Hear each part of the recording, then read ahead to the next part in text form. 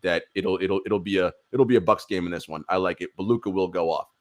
Moving on to Murph's favorite team, the Atlanta Hawks. Now, you a Pelicans guy, Murph. Hawks ain't your favorite team.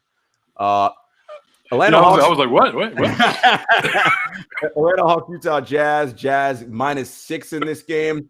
Listen, after that hot-ass start, the Hawks are starting to come back down to earth a little bit. I'm going to start with you on this game, Brian. What do you like? I've been off Trae Young pretty much all season.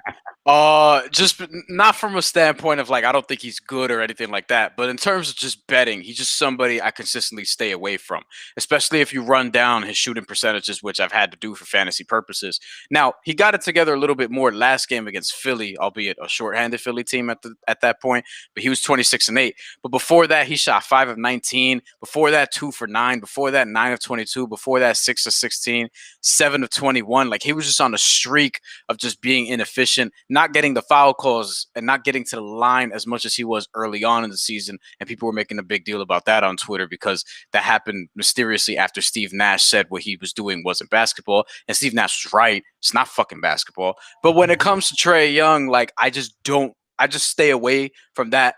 And with Utah, I don't really know where to go. Like, I mean, I guess I can bet on, Rudy Gobert, whatever his plus minus and rebounds is, because I feel like he's just going to out-rebound everybody. And the Atlanta Hawks, other than John Collins and maybe Clint Capella, depending on how he's doing, they don't have anyone that really scares me on the boards. Eric Chang hit it right there. And Eric, always thanks for watching us. John Collins did hurt Trae's feelings. That's why Trae's not playing. So remember, they had that film session and he said, nah, man, I don't like what Trae's doing with the ball. And Brian, to your point, funny thing there that Steve Nash said about Trae Young not playing basketball. Well, he now has a player in his team who many people think doesn't play basketball, but conversation for a different day. Jamoke, what do you like in this game? I think it's easy. It's the Jazz. They're on a 3-game winning streak. I mean, come on.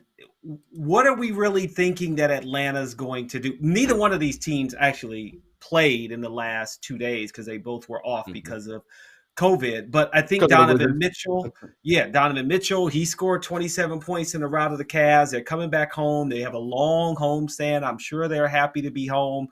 And I think also, even if they're without Joe Ingles, I think when you look at Atlanta, and I do think Trae Young definitely in many ways is overrated, actually, in the discussion for another time. I think any team that has a point guard as their best player is not really that good. Ooh. You can't win if a point guard is your best player unless Jarod loves that take. Magic Johnson. Like, that's it. Luka Doncic, but it's rare. And so Trae Young is never going to be able to have this team be on that upper level with any other team unless he gets help. And he's not Steph Curry either. So, sorry.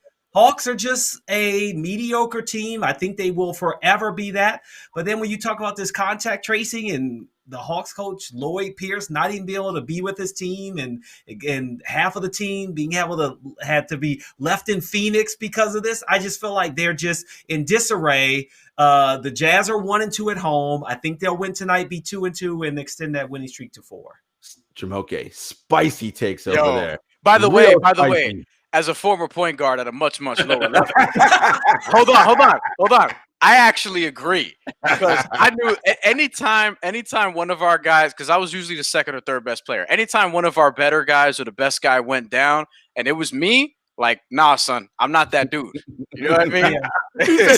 I know my role. Eyes, it's too much work for a point guard. You can't be the leading scorer and you got to get the other guys going. It just doesn't work as a formula. Right. It never Look. I was giving you 10 points, 7 assists, 3 steals. I was an asshole on defense. That was it. You know what I mean? I wasn't trying to like over here, like, 20 would happen once in a while, but nah. And at my height, no, that ain't happening.